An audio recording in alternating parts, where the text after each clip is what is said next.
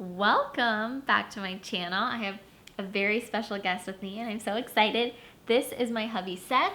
If you do not follow our vlog channel, go follow because look at this hunk and a half that you'll get to see. Can I just take a moment and say I am so honored to be on this channel. Hi Mom, if you're watching, thank you. This has been a really large, effort of my life to just be on this channel.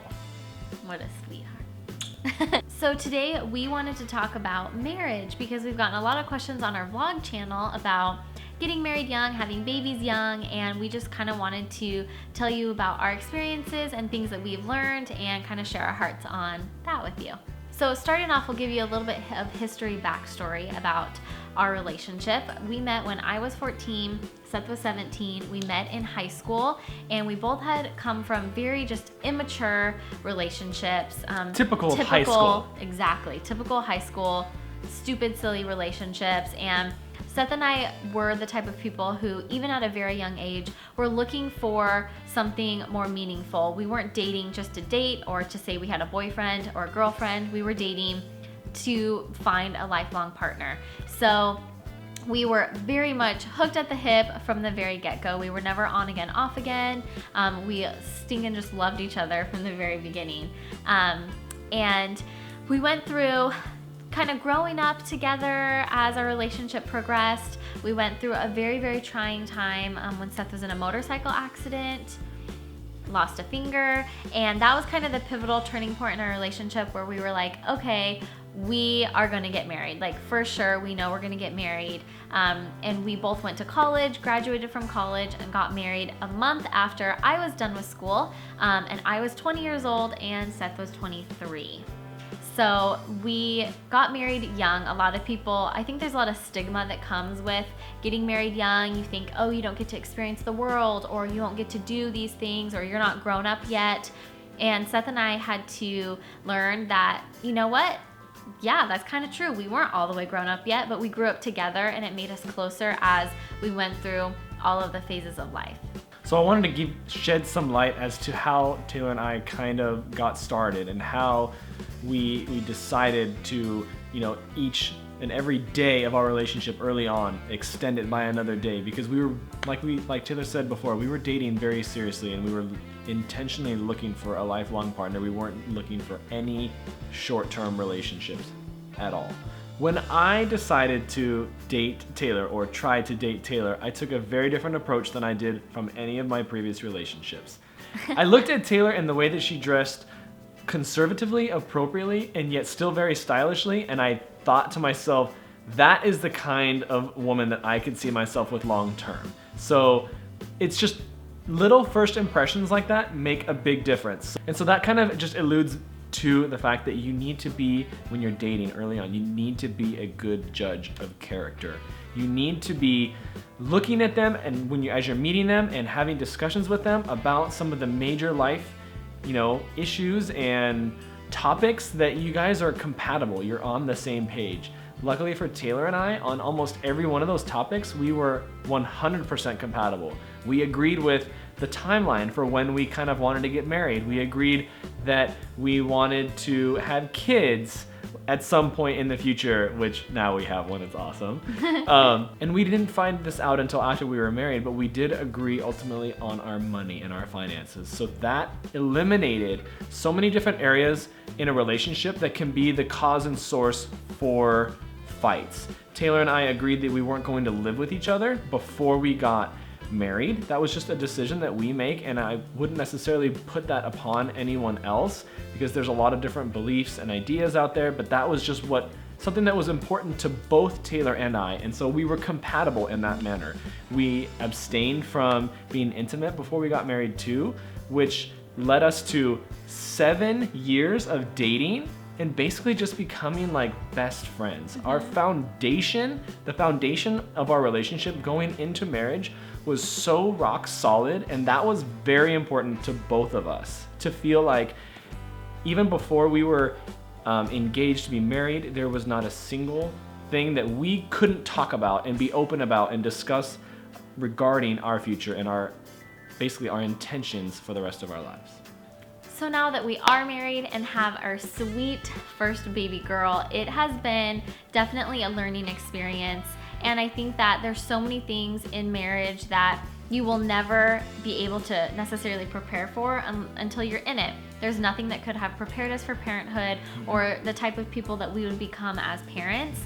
And so as you are going through your marriage, you need to be able to still have those open discussions and come to resolutions if you have any disagreements. We have never been the type of couple that would fight. We do disagree and have disagreements, but we're able to come to each other in a mature way, discuss them. And I think that a huge part of a healthy marriage is being able to do that and saying, okay, I have this idea, let me tell you, my thoughts on it, and then hear me out. Yeah, hear me out, and then have the other person do the same. Because there's so many times where I think that I'm right in my head, and then Seth brings up a point, and I'm like, you know what? You have to be able to, step down a little bit, get on the same level, and say, you're right. It's not a matter of who's right, who's wrong. It's a matter about coming together and being one. You're one team. You're playing on the same team, and I think that that is something that has been so helpful in our marriage. The other thing that I want to mention is finances. Finances can be like one of the main things that can destroy a marriage and cause so many fights and disagreements. And if you're not on the same page about money, it is really, really tricky. And it's hard to succeed. If you're not on the same page in general, it's hard to succeed. So what I would say is talk about it. Talk about your finances. And that's something that we have polished over the years of being married. We've done it one way and realized this isn't working. Let's refine it. And done that. And I'm sure we'll continue to do that as we continue to go throughout our marriage.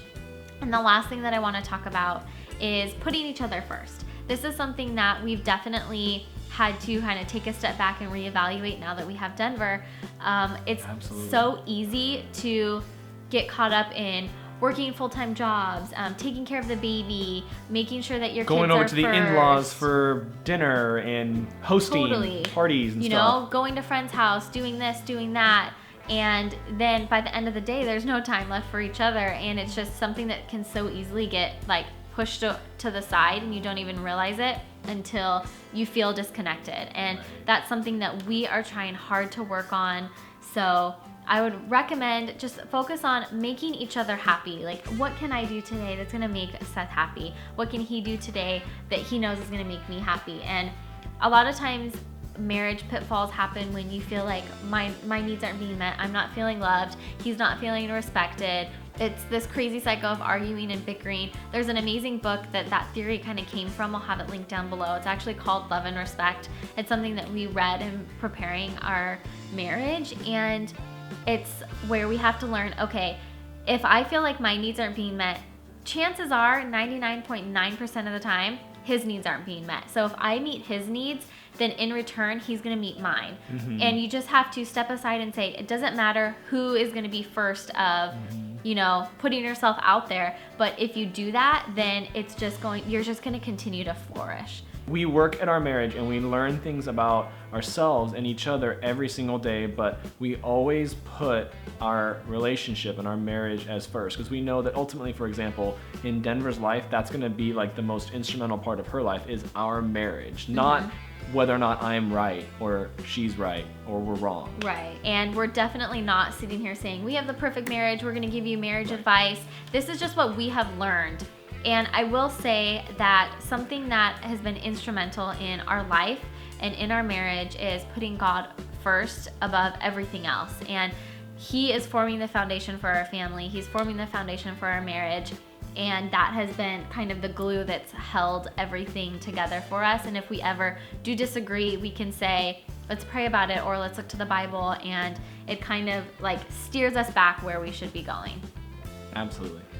So I hope that this video was something that you enjoyed. If it is, please let me know in the comments down below, or let me know if you have any more questions, or if you'd like to see more videos like this in the future. I appreciated the couple of you that asked questions on our vlog about things like this. I think it's fun, and it's nice to be able to kind of talk about things like this as Put a ourselves community. out there. Yeah, and just say, hey, we've learned things in marriage, because marriage is hard. It takes work no matter what stage you're in. So please give this video a thumbs up so I know that you enjoyed it, and I will see you next week with something very, very exciting happening on my channel. Thank you so much for watching, and thank you for joining. Bye, guys. Hey, what are you doing? What are you doing? Give me this baby right now. Give me this baby right now. She makes a ton of silly faces. She is starting to talk more and starting to move more. She's starting to really display things that she likes and things that she doesn't like. She has also learned how to give kisses, so I'm gonna see if she'll do it for you. Denver. Hey, can I have kisses? Can I have kisses? Hey. Hey, you do his hand out. Little stinker. Well, I guess that's the beauty of my channel. Not everything works out as you had planned. I really wanted her to give me kisses so you could see